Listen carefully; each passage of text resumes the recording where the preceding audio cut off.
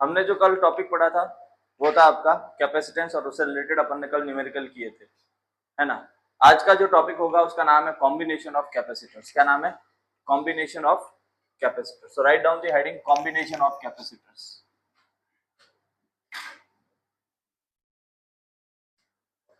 Combination of capacitors.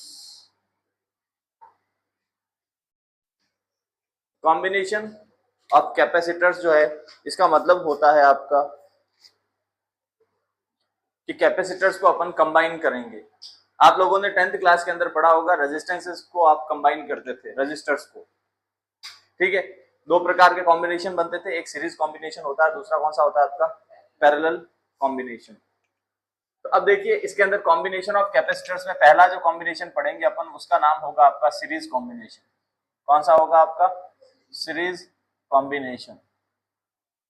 पहली बात तो ये उठती है कि हमारे को कॉम्बिनेशन की जरूरत कब पड़ती है, ठीक है।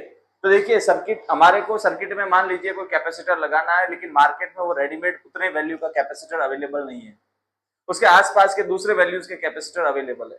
मान लीजिए मेरे सर्किट में मुझे 3 माइक्रो फैराड का कैपेसिटर चाहिए, लेकिन मार्केट में 1 माइक्रो फैराड के कैपेसिटर अवेलेबल है, 2 के अवेलेबल है और 5 माइक्रो फैराड के अवेलेबल है, लेकिन 3 माइक्रो फैराड का कैपेसिटर अवेलेबल नहीं है। लेकिन मुझे सर्किट में कितना चाहिए? 3 का। तो अब हमें क्या करना पड़ेगा? जुगाड़ करना पड़ेगा कुछ, और ये जुगाड़ ही क्या कहलाता है आपका? Combination of capacitors. तो ये जुगाड़ आप दो प्रकार से कर सकते हैं, एक सीरीज से और दूसरा पैरेलल से। अब सीरीज कॉम्बिनेशन क्या होता है उसको अपन स्टडी करते हैं। तो देखिए कैपेसिटर को अगर इस प्रकार से जोड़ा हुआ है, this is C1, C2 and C3, इस प्रकार का जो कॉम्बिनेशन होता है उसे अपन क्या बोलते हैं? Series combination. क्या बोलेंगे इसको अपन? Series combination. और इसको अपन बैटरी से जोड़ देते हैं, प्लस और V वोल्ट की बैटरी है। आप जैसे ही ऑन करेंगे इस पे क्या चार्ज आएगा? Plus Q. तो इस पे कितना चार्ज आएगा? Minus Q. इंडक्शन से इस पे भी वापस कितना बनेगा? Plus Q. और इस पे वापस कितना आएगा आपका? Minus Q. इंडक्शन से इस पे प्लस क्यू और इस पे वापस क्या आएगा? माइनस क्यू चार्ज आएगा। बताइए सारे कैपेसिटर्स पे चार्ज एक जैसा है कि अलग अलग आया? पहले वाले कैपेसिटर का चार्ज कितना है? Plus Q. दूसरे का भी कितना है? Plus Q. और तीसरे का भी कितना है आपका? प्लस क्यू चार्ज होता है। सो ये जो कॉम्बिनेशन होता है एक के बाद एक लगातार, यानी कैपेसिटर की पहले कैपेसिटर का नेगेटिव प्लेट दूसरे के पॉजिटिव से जुड़ेगा, दूसरे का नेगेटिव तीसरे के पॉजिटिव से जुड़ेगा, तीसरे का नेगेटिव चौथे के पॉजिटिव से जुड़ेगा। इस प्रकार का जो कॉम्बिनेशन होता है उसे अपन क्या बोलते हैं? सीरीज कॉम्बिनेशन कहते हैं। अब सीरीज कॉम्बिनेशन की कुछ प्रॉपर्टीज हैं, उसके अंदर कुछ पॉइंट्स आपको याद रखना है। पहला पॉइंट आपको याद रखना है कि सीरीज कॉम्बिनेशन में हर एक कैपेसिटर का चार्ज कैसा होता है? सेम होता है, ठीक है। सो चार्ज ऑन, किसकी बात करेंगे अपन? Charge on each capacitor, charge on each capacitor remains same in series combination। Series combination में हर एक कैपेसिटर का चार्ज कैसा होता है? सेम रहता है। हम लोगों ने इस चैप्टर के अंदर स्टार्टिंग में एक टॉपिक पढ़ा था जिसका नाम था पोटेंशियल डिफरेंस। क्या नाम था आपका? पोटेंशियल या फिर पोटेंशियल डिफरेंस। अगर पोटेंशियल या पोटेंशियल डिफरेंस के बारे में बात करें तो ये किसके प्रॉपर्टीज बताए थे मैंने? दीज आर द प्रॉपर्टी और these are the characteristics of location. Potential किसका कैरेक्टरिस्टिक है? लोकेशन का। यानी अलग अलग लोकेशन का पोटेंशियल कैसा होता है? अलग अलग होता है। अब इसको आप थोड़ा सा ध्यान से देखिए। इसकी अगर बात करें तो इस पॉइंट को मैंने नाम दे रखा है ए, और इस पॉइंट को नाम क्या दिया मैंने? बी। बताइए ए पॉइंट और बी पॉइंट के बीच में कितने कैपेसिटर जोड़ दिए मैंने? 3 कैपेसिटर जोड़े हैं। इस पॉइंट को मैंने नाम दे रखा है डी, और इस पॉइंट को क्या नाम दे दिया मैंने? ई। बताइए पहला कैपेसिटर किसके बीच में जुड़ा हुआ है? ए और डी के बीच में जुड़ा हुआ है। दूसरा किसके बीच में जुड़ा हुआ है? डी और ई के बीच में जुड़ा हुआ है। तीसरा किसके बीच में जुड़ा हुआ है? ई और बी के बीच में जुड़ा हुआ है। तो क्या ये तीनों कैपेसिटर अलग अलग पॉइंट्स के बीच में है? यानी तीनों का पोटेंशियल डिफरेंस कैसा होना चाहिए? अलग अलग होना चाहिए। यानी एक बात साफ हो गई कि सीरीज कॉम्बिनेशन में इन कौन सा कॉम्बिनेशन है ये आपका? Series combination. In series combination potential difference across each capacitor is different. हर एक कैपेसिटर का पोटेंशियल डिफरेंस कैसा होता है। अब यहाँ पे समझने वाली बात यह है, देखिए इधर आप इन तीनों का अगर पोटेंशियल इकट्ठा करोगे तो वापस किसके जितना मिल जाएगा आपको, बैटरी जितना मिलेगा। यानी कि जो बैटरी का वोल्टेज होगा वही डिवाइड होता है V1 प्लस V2 प्लस क्या बन जाएगा ये V3। और इस केस में अगर लिखें तो Q1 किसके बराबर है Q2 और ये किसके बराबर है Q3 और इसको मैंने क्या लिख दिया कॉमनली Q लिख दिया, क्योंकि सारे चार्जेस कैसे हैं सेम, सारे पोटेंशियल कैसे हैं अलग अलग। इन तीनों के पोटेंशियल जोड़ दोगे तो वापस क्या बन जाएगा आपका V। अब कुछ स्टूडेंट्स को इसमें क्या आता है, डाउट आता है। किस प्रकार का डाउट आता है कि सर अगर ये 3 वोल्ट का है तो क्या ये तीनों में 1 वोल्ट इक्वली डिवाइड होगा। तो ये डिपेंड करेगा कि उसका कैपेसिटेंस कैसा है, वो डिपेंड करेगा उसका कैपेसिटेंस कैसा है, उस कैपेसिटेंस के अकॉर्डिंग ये वोल्टेज डिवाइड होता है, ध्यान रखना। तो हर बार ये वोल्टेज इक्वली डिवाइड होगा ऐसा कोई जरूरी। अच्छा, कुछ ऐसा फॉर्मेट बन जाए कि ये जो तीनों कैपेसिटर्स अपन ने लगा रखे हैं ये तीनों कैपेसिटर्स कैसे बन जाएगा, इक्वल हैं, सेम मैग्नीट्यूड के हैं, तो उस केस में क्या बन जाएगा आपका ये कि इसके वोल्टेज जो डिवाइड होगा वो वोल्टेज कैसा डिवाइड होगा, इक्वली डिवाइड होता। आई बात समझ में, पक्का। इसके बाद अपन को इक्विवेलेंट कैपेसिटेंस की बात करनी, किसकी बात करनी है हमको, इक्विवेलेंट कैपेसिटेंस। लिखें equivalent capacitance. Now what do you mean by equivalent capacitance, इसको सी इक्विवेलेंट से लिखेंगे अपना ना। Now what is equivalent capacitance, क्या होता है Bhanu equivalent capacitance. Equivalent capacitance की अगर बात करें अपन तो इक्विवेलेंट कैपेसिटेंस का मतलब होता है कि मैं एक ऐसा सर्किट बनाऊं इस प्रकार का,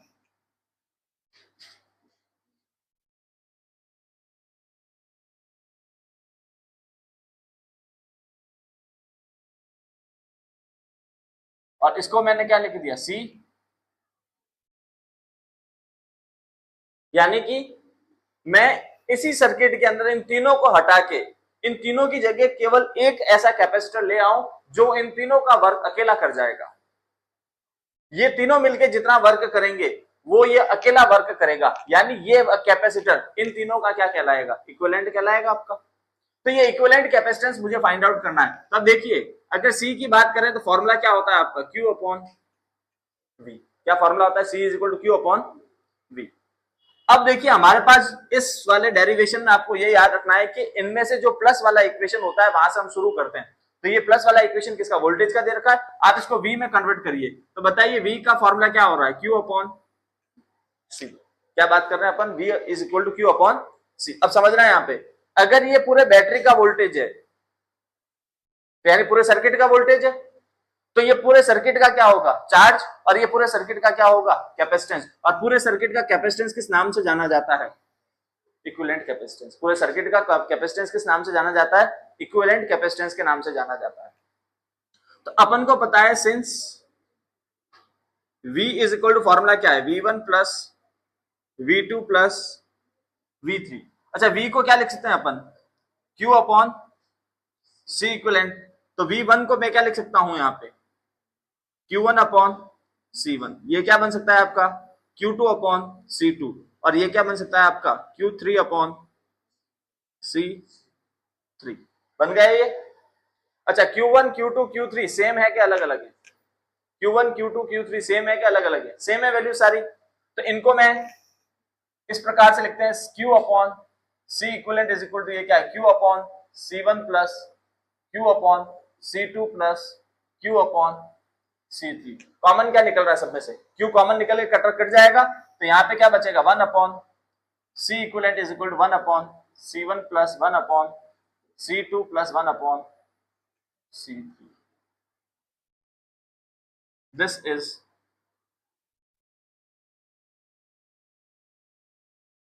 इक्विवेलेंट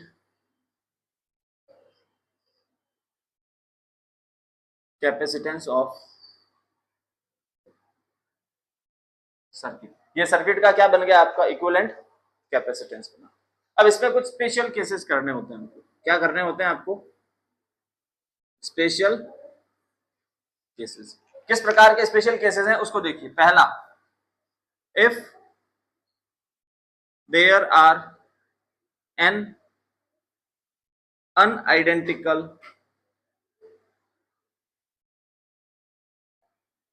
कैपेसिटर्स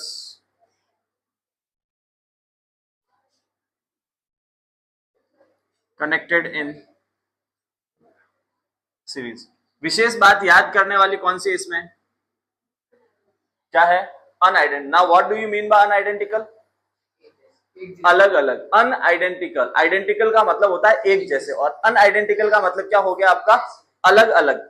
यानी सारे कैपेसिटेंस का वैल्यू कैसा होना चाहिए, अलग अलग होना चाहिए।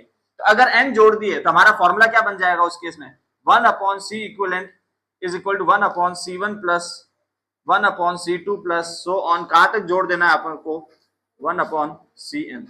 यानी जितने भी है उन सबको क्या कर देना है, आपको ऐड कर देना है। सेकंड केस देखिए अब इसके अंदर, इफ n आइडेंटिकल, किसकी बात कर रहे हैं अपन, identical capacitors are connected in series. तो फॉर्मूला क्या बन जाएगा, आइडेंटिकल है, आइडेंटिकल का मतलब क्या होता है, सेम सेम, यानी सबके कैपेसिटेंस का वैल्यू कैसा है, सेम है। तो उस केस में आपका C इक्विवेलेंट का फॉर्मूला ध्यान रखना डायरेक्ट बन जाएगा C/n। क्या बन जाएगा फॉर्मूला आपका, C/n। तीसरा वाला केस जो बहुत ज्यादा यूज में आता है वो होगा कि if two unidentical capacitors are connected in series. देखिए दो वाले केसेस आपको ज्यादा से ज्यादा मिलेंगे। अगर दो वाले केसेस ज्यादा मिलेंगे तो आपको ध्यान रखना C इक्विवेलेंट का फॉर्मूला डायरेक्ट लिख देना है C1 C2/C1 प्लस C2। ये दो वाले के लिए स्पेशल केस बनता है, ठीक है। तो ये कौन सा कॉम्बिनेशन था आपका, सीरीज कॉम्बिनेशन। सीरीज कॉम्बिनेशन में विशेष करके बात कौन सी याद रखनी है कि हर एक कैपेसिटर का चार्ज कैसा होगा, सेम, लेकिन हर एक कैपेसिटर का वोल्टेज कैसा होगा, अलग अलग होता है। सीरीज कॉम्बिनेशन में इक्विवेलेंट कैपेसिटेंस का फॉर्मूला क्या होता है, 1/C1 plus 1/C2 plus 1/C3। अगर अनआइडेंटिकल आ गए n आ जाते हैं तो n तक आपको सारा जोड़ देना है। अगर आइडेंटिकल आ जाता है तो ये स्पेशल केस बन जाता है बिल्कुल, और इसका फॉर्मूला होगा C/n। इसका एग्जाम्पल अपन क्या लिख सकते हैं कि मैंने आपको बोल दिया यहाँ पे कि मैंने 3 माइक्रोफेराड के, कितने, 3 माइक्रोफेराड, हर एक कैपेसिटर का वैल्यू कितना है, 3 माइक्रोफेराड, और ऐसे ऐसे 3 कैपेसिटर मैंने अगर सीरीज में जोड़े हैं तो इक्विवेलेंट कितना होगा बताओ। तो C का वैल्यू कितना बताया मैंने, 3, और n कितना है यहाँ पे 3, क्योंकि 3 ही तो जोड़े थे, तो 3/3 क्या हो जाएगा, 1 माइक्रोफेराड। इसका सीधा आंसर आ जाएगा। फिर से अगर मैं आपको बोलता हूं कि हर एक कैपेसिटर 10 माइक्रोफेराड का, कितने का, हर एक कैपेसिटर 10 माइक्रोफेराड का है, और ऐसे ऐसे मैंने 5 कैपेसिटर जोड़ दिए सीरीज में, तो आंसर क्या आएगा, 10/5 which is equal to 2 microfarad. आई बात समझ में। So this is your series combination. Start writing. अपना जो टॉपिक है उसका नाम है पैरेलल कॉम्बिनेशन। इस प्रकार का अगर कोई कॉम्बिनेशन दिखता है तो वो क्या कहलाएगा, आपका पैरेलल कॉम्बिनेशन। अब इस पैरेलल कॉम्बिनेशन और सीरीज कॉम्बिनेशन का आइडेंटिफिकेशन कैसे होगा, हम कैसे अलग अलग कर पाएंगे, इसको बाइफरकेट करेंगे कि पैरेलल कौन सा है, सीरीज कौन सा है। तो सीरीज के अंदर मैंने जैसे बताया कि अगर पहला कैपेसिटर है तो उसका नेगेटिव प्लेट दूसरे के पॉजिटिव प्लेट से जुड़ेगा, दूसरे का नेगेटिव तीसरे के पॉजिटिव से जुड़ेगा, तीसरे का नेगेटिव चौथे के पॉजिटिव से जुड़ेगा। इस तरह का जो कॉम्बिनेशन होता है वो तो सीरीज कॉम्बिनेशन होता है। लेकिन पैरेलल कॉम्बिनेशन की स्पेशलिटी ये होती है कि कैपेसिटर की ये सारी की सारी प्लेट जो होंगी वो कौन सी होगी, पॉजिटिव प्लेट्स होंगी, सारी प्लस क्यू होंगे, और ये सारे के सारे कौन से होंगे, आपके माइनस क्यू होंगे, ठीक है।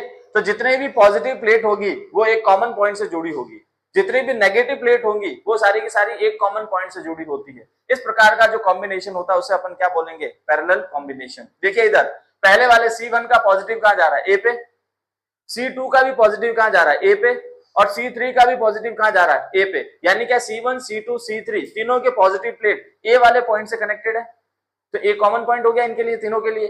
अच्छा, इस C1 का माइनस प्लेट बी पे आ रहा है, माइनस प्लेट बी पे आ रहा है, और C3 का भी माइनस प्लेट कहां आ रहा है, आपका बी पे। यानी कि माइनस प्लेट का कॉमन पॉइंट कौन है, आपका बी पॉइंट। यानी मैं ये कह सकता हूं कि तीनों कैपेसिटर ए और बी के बीच में जुड़े हुए हैं। तीनों कैपेसिटर कहां जुड़े हुए हैं, ए और बी के बीच में। आप जैसे यहां से जाओगे इसका चार्ज होगा Q1, Q2 और क्या बन जाएगा Q3। तीनों को चार्जेस कैसे मिलेंगे इस केस में, अलग अलग मिलेंगे। तो पैरेलल कॉम्बिनेशन का जो कैरेक्टरिस्टिक आएगा, सबसे पहला पॉइंट आपको याद रखना है कि in parallel combination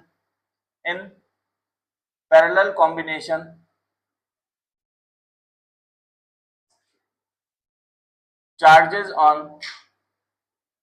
each capacitor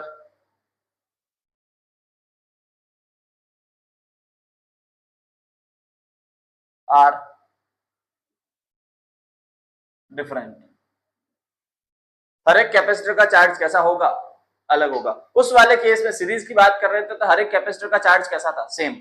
यहाँ पे हर एक कैपेसिटर का चार्ज कैसा है, अलग आ रहा है। यानी कि Q is equal to formula क्या बनेगा, Q1 plus Q2 plus Q3।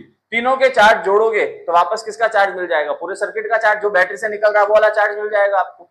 मान लीजिए बैटरी से जो चार्ज निकला है वो कितना निकला है आपका Q, तो यहां जाके इसमें कितना चला जाता है Q1, इसमें कितना जाता है आपका Q2 और इसमें कितना चला जाता है Q3। Q1 Q2 Q3 को जोड़ूंगा तो आपस क्या बन जाएगा, Q बन जाएगा। अच्छा, अगला पॉइंट इसमें याद रखना है कि in parallel combination potential difference across each capacitor is same. मैंने अभी भी थोड़ी देर पहले आपको बताया है कि पोटेंशियल डिफरेंस किसका प्रॉपर्टी है, पॉइंट्स का है। मेरे को बताइए पहला वाला कैपेसिटर किसके बीच में जुड़ा हुआ, ए और बी के बीच में है। दूसरा कैपेसिटर किसके बीच में, ए और बी के बीच में है। और तीसरा कैपेसिटर भी किसके बीच में, ए और बी के बीच में है। यानी कि इन तीनों का पोटेंशियल डिफरेंस कैसा होना चाहिए, सेम होना चाहिए। यानी कि यहां से ये आया कि V1 किसके बराबर होगा, V2, और ये किसके बराबर, V3, और इसको कॉमनली मैंने क्या नाम दिया, V, जो कि किसका वोल्टेज है आपका, बैटरी का। किसका वोल्टेज है आपका, बैटरी का वोल्टेज है। अब इधर देखिए, अगर मैं यहाँ पे इक्विवेलेंट कैपेसिटेंस की बात करूं, यहाँ पे इक्विवेलेंट कैपेसिटेंस ऑफ सर्किट, अगर मैं इक्विवेलेंट कैपेसिटेंस ऑफ सर्किट की बात करें तो देखिए क्या हो जाएगा, वो इसको किससे लिखेंगे अपन, सी इक्विवेलेंट से लिखेंगे। ठीक है, अब देखिए इधर हमको पता है C is equal to formula क्या होता है, Q अपॉन V। मुझे कहां से शुरू करना चाहिए यहाँ पर डेरिवेशन, तो अभी अभी बताया जो प्लस वाला इक्वेशन होता है वहां से स्टार्ट करते हैं। पिछले वाले डेरिवेशन में प्लस वाला इक्वेशन किसका था, वोल्टेज का, तो मैंने वोल्टेज से शुरू किया था। इस वाले में किसका है, प्लस वाला इक्वेशन चार्ज का, तो मैं किससे स्टार्ट कर रहा हूं, यहाँ पे चार्ज से स्टार्ट कर रहा हूं। तो यानी इसको मुझे चार्ज में कन्वर्ट करना पड़ेगा, यानी Q is equal to formula क्या बनता है आपका, CV। देखिए इधर अगर ये पूरे सर्किट का चार्ज है तो ये पूरे सर्किट का कैपेसिटेंस और ये पूरे सर्किट का क्या हो गया, वोल्टेज। याद रखना सर्किट का वोल्टेज बैटरी के वोल्टेज को कहते हैं। सर्किट का वोल्टेज किसे बोला जाता है आपका, बैटरी का जो वोल्टेज होता है उसे अपन किसका वोल्टेज बोलते हैं, सर्किट का वोल्टेज बोलते हैं। यानी कि यहाँ पे ये जो C है ये कौन होगा आपका, C इक्विवेलेंट इनटू V बन जाएगा। तो now Q is equal to formula क्या है आपका, Q1 plus Q2 plus Q3। Done. Q को मैं क्या लिख सकता हूं यहां से, C इक्विवेलेंट इनटू क्या है ये आपका V। तो Q1 क्या हो जाएगा, C1 इंटू क्या बनेगा, V1, C2 V2 plus C3 और V3। क्या ये Q1 Q2 Q3 हो गए आपके। अब V1 V2 V3 का वैल्यू किसके बराबर है, V के बराबर है। इसको इसके बराबर प्लेस करते हैं तो C इक्विवेलेंट की अगर बात करें तो C इक्विवेलेंट इंटू V की बात करें तो ये किसके बराबर है, C1 into V plus C2 into V plus C3 into क्या है ये आपका V। V सब में से कॉमन निकल रहा है, V सब में से क्या निकल रहा है, कॉमन। तो C equivalent into V is equal to V common निकला, पीछे क्या बचा, C1 plus C2 plus C3। V से V कैंसल आउट हो रहा है तो C इक्विवेलेंट का फॉर्मूला जो हमारा बचता है वो क्या हो जाएगा, C1 plus C2 plus C3। This is equivalent capacitance in of parallel combination। This is equivalent capacitance of parallel combination। इसमें भी हमको क्या करना है, स्पेशल केसेस क्या लिखना है हमको? Special cases. पहला स्पेशल केस इसके अंदर क्या बनेगा आपका? If N unidentical capacitors are connected in parallel, तो फॉर्मूला क्या बन जाएगा सी इक्विवेलेंट का इस केस में? C1 plus C2 plus C3 plus so on, कहां तक जोड़ देना है मुझे? Cn तक जोड़ देना है, यानी जितने भी हैं उन सबको जोड़ दीजिए। इधर देखिए, और सेकेंड केस, इफ n कैसे है ये? Identical capacitors are connected in parallel. If n identical capacitor, अच्छा आइडेंटिकल का मतलब अभी बताया था आपको एक जैसे, तो अगर आइडेंटिकल आ जाते हैं तो सी इक्विवेलेंट का फॉर्मूला हो जाएगा n इंटू सी। क्या बन जाएगा आपका? n इंटू सी। अब देखिए इधर समझने वाली बात क्या है, आपने 10th क्लास के अंदर रेजिस्टेंस वाले फॉर्मूले पढ़े थे, तो ऐसे ही कुछ फॉर्मूले थे आपके। पैरेलल का जो फॉर्मूला था वहां पे क्या था? 1/R1 था, लेकिन यहाँ पैरेलल का फॉर्मूला क्या है? C1 plus C2 plus C3। तो यहाँ पे उल्टी चीजें हैं, जो रेजिस्टेंस वाले केस में था उसका उल्टा कैसा किसमें होता है? कैपेसिटेंस वाले में होता है। अच्छा, पैरेलल कॉम्बिनेशन में जोड़ने से कैपेसिटेंस बढ़ता है या घटता है? पैरेलल कॉम्बिनेशन में जोड़ने से कैपेसिटेंस बढ़ता है या घटता है? पैरेलल में, तो पैरेलल में बढ़ता है और सीरीज में घटता है, ये ध्यान रखना। ठीक है, तो नोट लगा देते हैं कि in parallel combination overall capacitance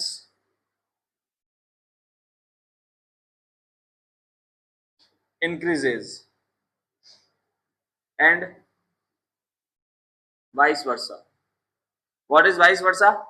उल्टा, यानी कि सीरीज में क्या हो जाएगा आपका? डिक्रीज हो जाएगा, इसका उल्टा हो जाएगा। ठीक है, स्टार्ट राइटिंग है ना पैरेलल वाले में।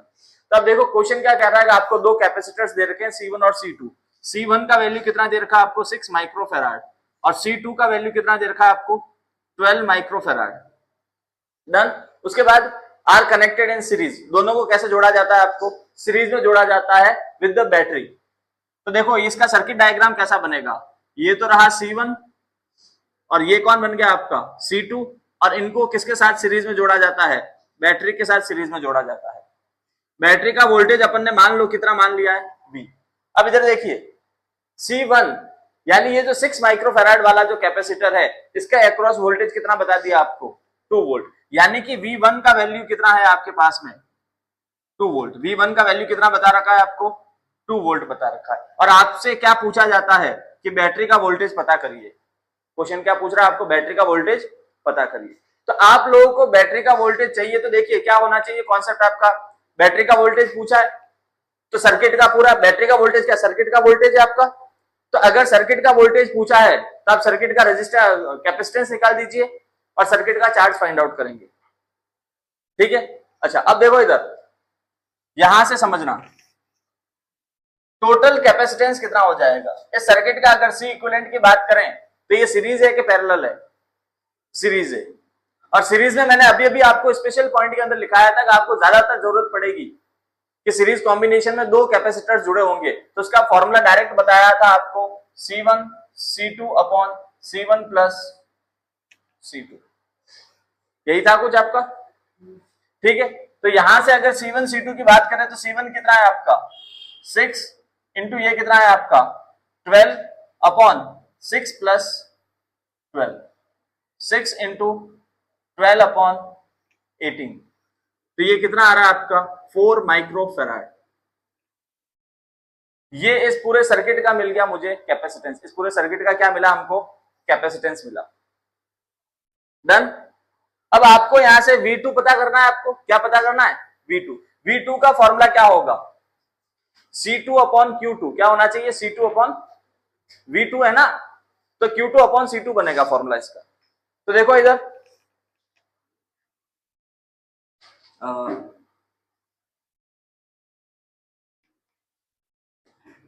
V2 is equal to Q2 upon C2, लेकिन इसमें C2 का वैल्यू अवेलेबल है कि Q2 का वैल्यू अवेलेबल नहीं है, Q2 का वैल्यू अवेलेबल नहीं है। तो फिर कैसे क्या करें बताओ भाई, कैसे सॉल्व करें इसको? C1 C2 हो गया, V1 दे रखा है, आपको वोल्टेज पूछा है, तो बैटरी का वोल्टेज होगा total capacitance upon total charge. अच्छा ठीक है, देखिए इधर सीरीज कॉम्बिनेशन में तो जो चार्ज C1 का होगा वही चार्ज किसका बनेगा? C2 का चार्ज बनेगा। सीरीज कॉम्बिनेशन में चार्ज कैसे होते हैं? कैपेसिटर के सेम होते हैं। तो जो चार्ज C1 का होगा वही चार्ज किसका बनेगा? C2 का। तो आप पहले मेरे को यहां से Q1 बताइए, Q1 का फॉर्मूला क्या होगा? C1 इंटू क्या बनेगा ये? V1। बताइए C1 का वैल्यू कितना है? 6 इंटू 10 की पावर -6 यानी 6 माइक्रोफेराड, और फर्स्ट कैपेसिटर का वोल्टेज कितना है? 2, तो 6 इंटू 2 कितना होता है? 12 इंटू 10 की पावर -6 कूलम। ठीक है, क्योंकि ये सीरीज कॉम्बिनेशन में, सिंस इट इज, कौन सा कॉम्बिनेशन बता दिया गया आपको? Series combination. Since it is series combination, तो अपन बोलेंगे Q1 किसके बराबर होना चाहिए आपको? Q2 के बराबर होना चाहिए, और वो किसके बराबर होना चाहिए? Q के बराबर होना चाहिए। और ये कितना हो जाएगा? 12 इंटू 10 की पावर -6 कूलम। क्या Q2 मिल गया मुझे? यहां से आप V2 निकालिए। V2 का फॉर्मूला क्या होगा? Q2 upon C2। Q2 कितना है? 12 इंटू 10 की पावर -6। C2 कितना है? 12 माइक्रोफेराड, यानी ये भी कितना आएगा? 12 इंटू 10 की पावर -6। तो बताइए V2 का वैल्यू कितना आया? 1 volt. Hence voltage of battery की बात करें तो V, सीरीज कॉम्बिनेशन में हमें पता है कि जो बैटरी का वोल्टेज होता है वो इन दोनों के वोल्टेज का सम होता है। सीरीज कॉम्बिनेशन में क्या होता है? बैटरी का वोल्टेज तो डिवाइड होता है कैपेसिटर्स के बीच में, यानी इसका वोल्टेज प्लस इसका वोल्टेज क्या बनाएगा आपका? बैटरी का वोल्टेज। तो बैटरी का वोल्टेज किसके बराबर हो जाएगा? बैटरी का वोल्टेज हो जाएगा V1 प्लस V2। तो बैटरी का वोल्टेज V1 कितना है आपका? 2 + 1, यानी बैटरी का वोल्टेज कितना बना आपका? 3 वोल्ट। हमने जो बैटरी यूज की थी वो कितने वोल्ट की यूज की है? 3 वोल्ट की यूज की है। Start writing.